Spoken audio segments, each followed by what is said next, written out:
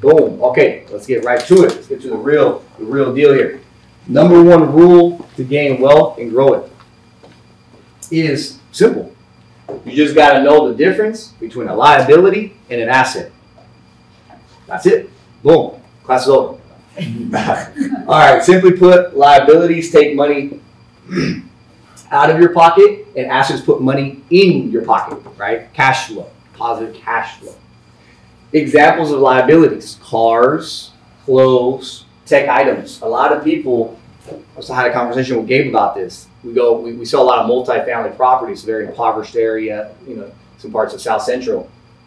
A lot of them don't have anything, but they have the most expensive phone, right? It's priorities. What are you spending your money on? It says a lot. These items, they go down in value over time. They depreciate.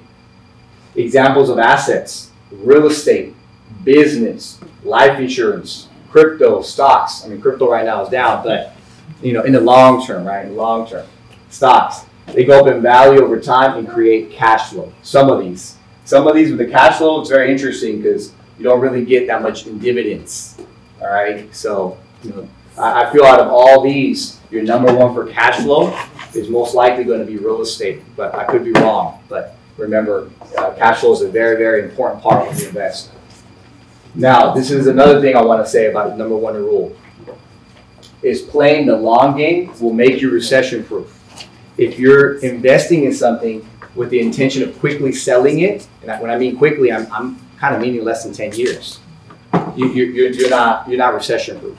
But if you buy a piece of property, if you buy a stock, a crypto, something of value, even precious metals, Rolexes, certain things like that, if you're okay with holding it 10, 15, 20 years, it is my deep understanding and opinion that you will pretty much grow in value, not go down. You won't be susceptible to recessions, right? Because recession is a normal thing in economies.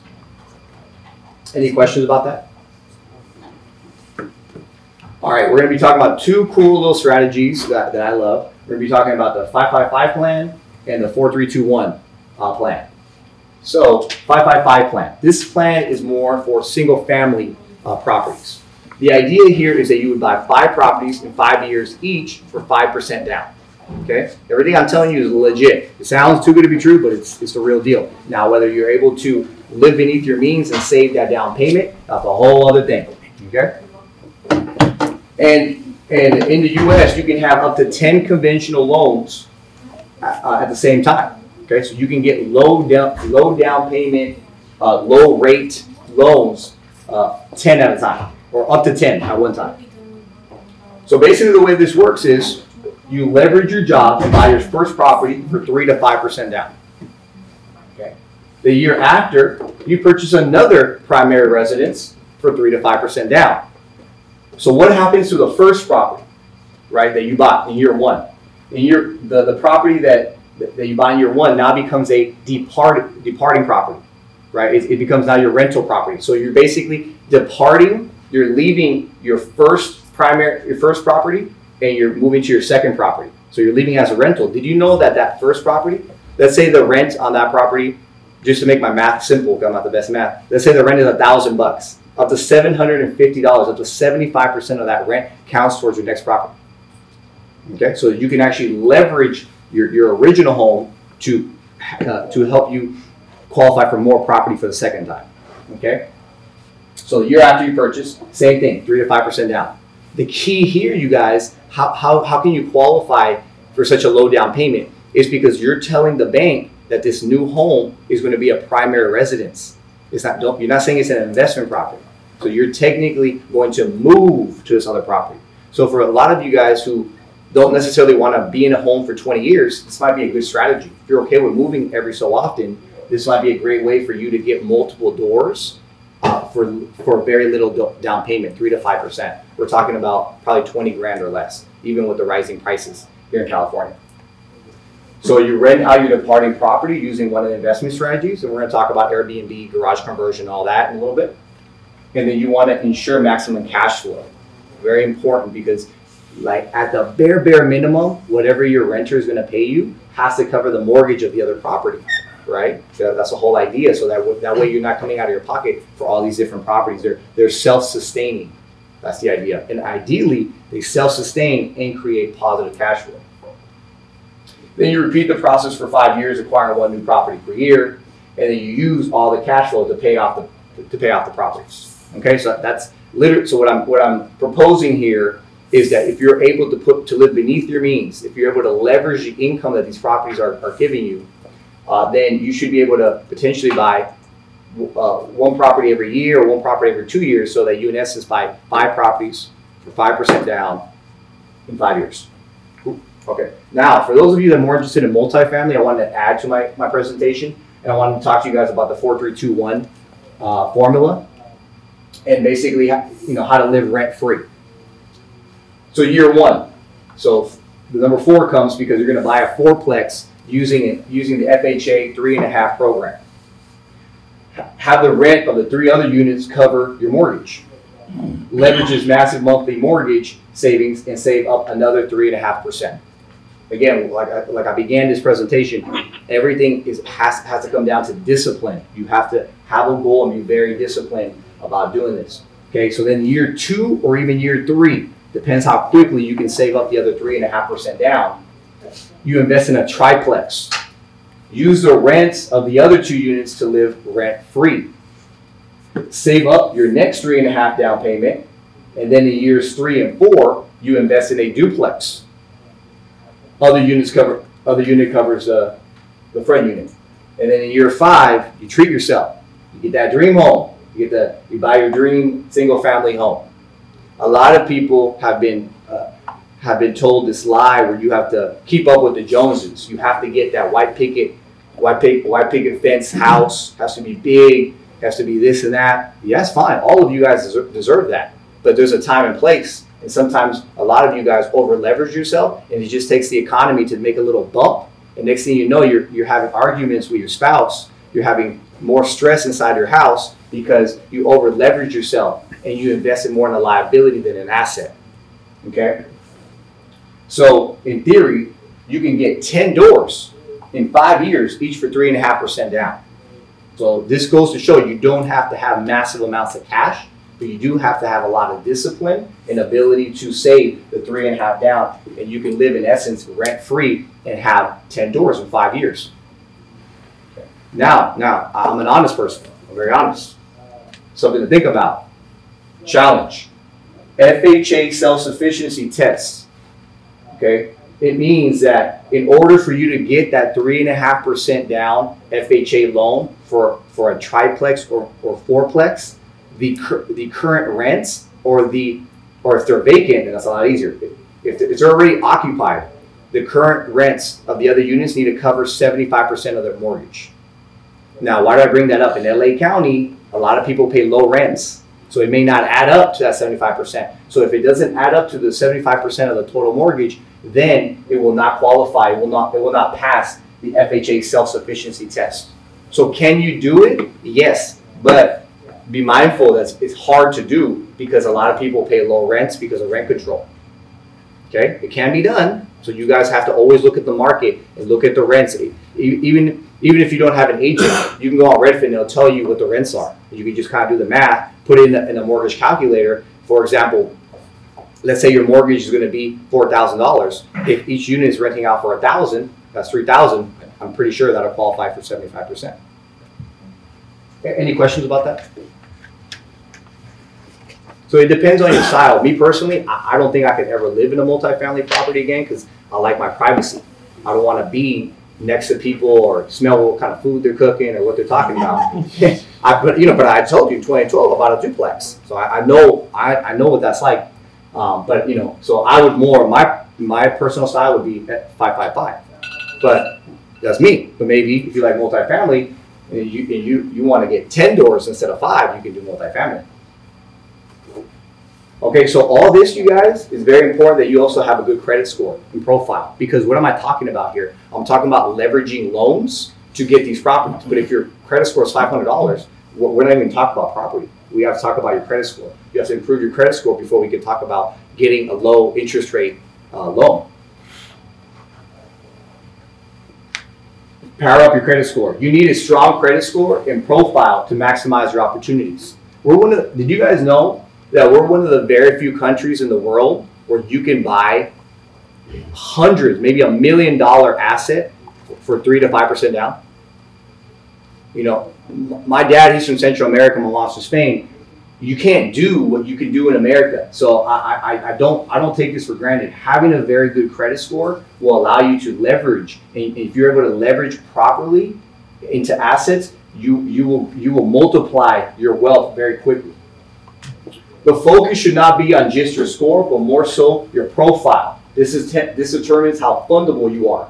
Fundability gets you credit lines, business and personal credit, lower rates. Pro tip, request increase in your credit card limit. Every 20 points is a different tier, 680, 700, 720, et cetera, et cetera. Real quick, just want to show you guys an example of why it's important to qualify for the lowest possible rate. Because remember, the higher your credit score, the lower your interest rate. Okay, so that's why your credit score is important. If you qualify for 4%, you can buy up to $314,000 house. But if you have really bad credit, then now your interest rate would be 7.5, and that takes down your buying power by $100,000. It really limits you. Any questions so far about that? Okay, credit profile. Hold on, there's a question. Oh yeah. How does being married affect the credit score? Okay, so it doesn't really affect your own credit score. What it does is, okay, let's say you call me up. Hey, Big Surge, I want a loan. All right, you're buying it with your spouse? Awesome. And let's say you tell me, you know, you have, you know, you're Joe. Joe has a credit score of 800, and Sally has a credit score of 600. The rate that I would qualify you for is the rate that goes for the 600. We always take the lowest credit score of the spouse. So it's important that when you're married, that you guys be on the same page financially, so that you guys are making the right decisions. Because even though you may be doing everything perfect, 800, but your husband or wife has a 600, guess what? You're going to have a really high interest rate. It's going to go based on the lowest. It's going to go based on a person with the lowest credit score. Okay, and then real quick, I mean, I want to emphasize, like, follow your credit. It should be like a routine. You know how we all go on Facebook and Reddit and Instagram. Have a routine where you look at your money every day. It's like it's something precious. Don't give social media more value than your money. Since social media makes me a lot of money, I'm not going to lie. A lot of people call me. I do a lot of business from it. But my money is my money, and my credit score, I try to look at every single day. Hey, did somebody do identity theft on me? You know, why is my score going down? Am I forgetting to pay off? I have so many credit cards. Am I forgetting to pay these things off? Because, you know, you should be very mindful. And something I personally like is the app called MyFICO. And what really made me like this app is that I bought a house and I had a hard pull on my credit. And then let's say for example, the hard pull said my score was 800. This thing said my score was 799. It was literally off by 1. Now, if you use Credit Karma, you shouldn't be surprised if your score is off by 20, 30, 40 points. So this is very accurate. It is expensive. It costs like 30 or 40 bucks, but you know, if it's a priority, you know, you won't mind it. All right, really quick, sake of time, HELOC and cash out refi. So another beautiful thing about owning real estate is that you can leverage the equity to buy other cash flowing assets. That's very key. I'm not really a fan of pulling money out of your asset to buy liabilities, right? I think that's pretty careless. Now, if you're pulling it out to buy more assets, that's, in my opinion, very smart, because if not, that money is dormant, it's just sitting there and it's not doing anything. Because it doesn't matter if you pull out all the money. If a property is worth 600 one day, now it's worth 700. Well, you still have growth, right? So let me quickly talk about two of the most popular that I discuss with my clients are HELOC, home equity line of credit, and cash out refi. Which one should you use? It depends. It depends on what your goal is and where you're at. So a HELOC has a variable rate, meaning it can change. It's not fixed. It varies. You can only do a HELOC for your primary residence. It's interest only for 10 years, and then 15-year 15-year repayment period, most likely you're going to want to refinance it, swallow it up, refinance it into the normal loan. But just so you guys know, very similar to a credit card, you don't pay interest till you utilize the money. So let's say you pull out $100,000, $200,000. If you don't use the money, you don't get charged for it. It's there. So when the right opportunity comes, boom, you can take advantage, get it, and then create cash flow or do a quick flip or whatever your goal is.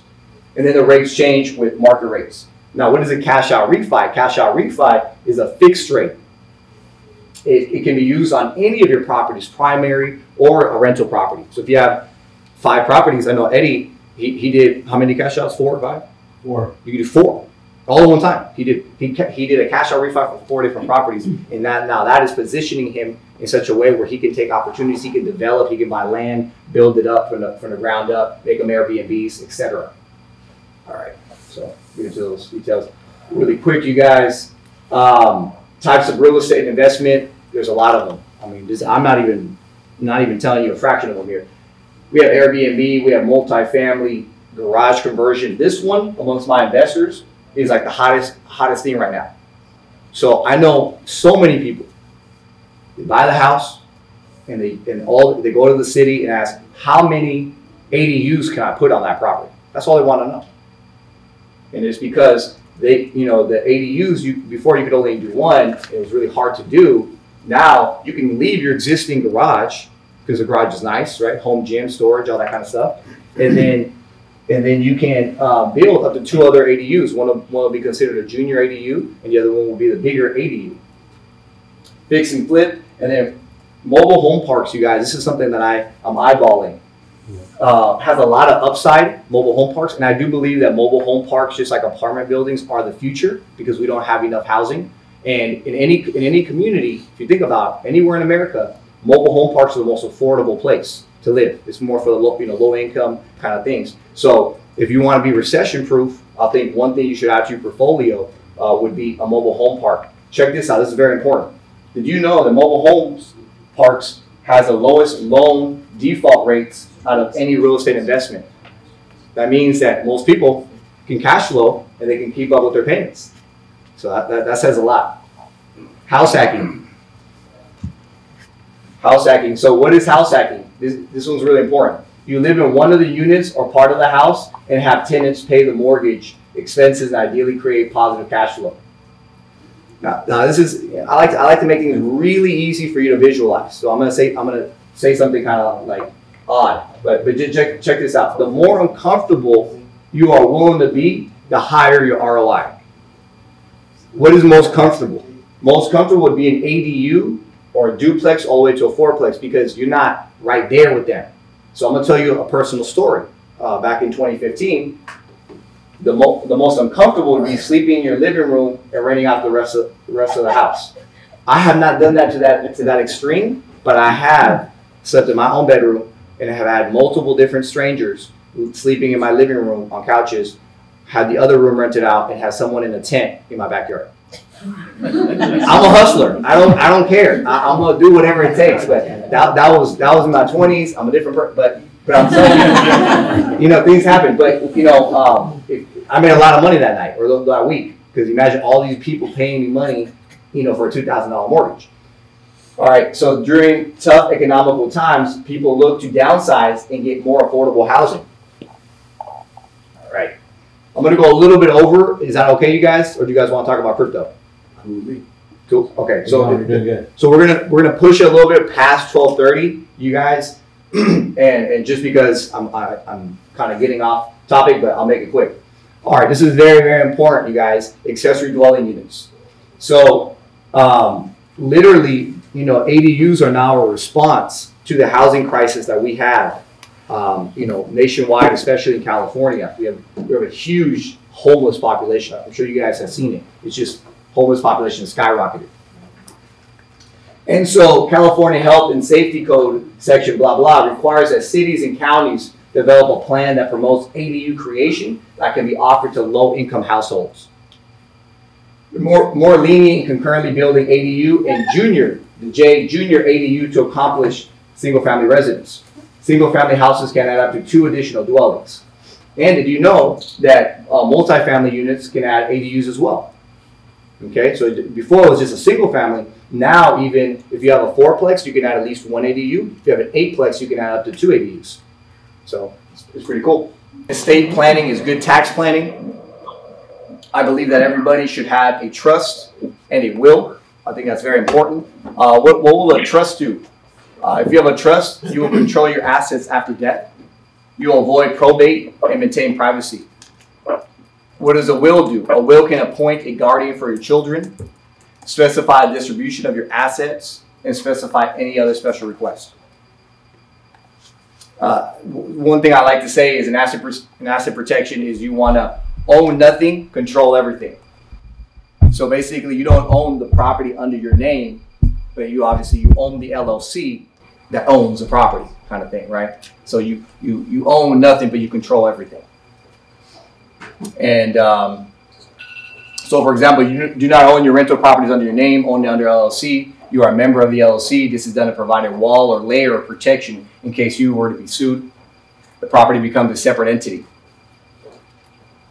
All right, and the last thing I'll leave you guys, all this information, the whole point of it, you guys, is because I wish for all of you guys to be wealthy, not rich. And what I mean by that is I want you guys to not necessarily, have just high status, but what truly matters is wealth, because the goal is to do what you want, when you want, with who you want. Because to me, that's the definition of freedom. You shouldn't feel like you're forced and locked in to do a job that you don't want to do, or work for somebody you don't want to work with. You shouldn't have to work. If you don't want to work for somebody for one day, why should you have to work with them for 10, 20 years, right? But if you don't have the right financial literacy, if you're not financially free, you're locked in. You can't make your own choices. You have to do and follow what people tell you to do. And I don't want that for you guys. I want you guys to be free, and it can be done. But just to repeat, discipline, play the long game, prioritize assets over liabilities, and I think every single person can do it.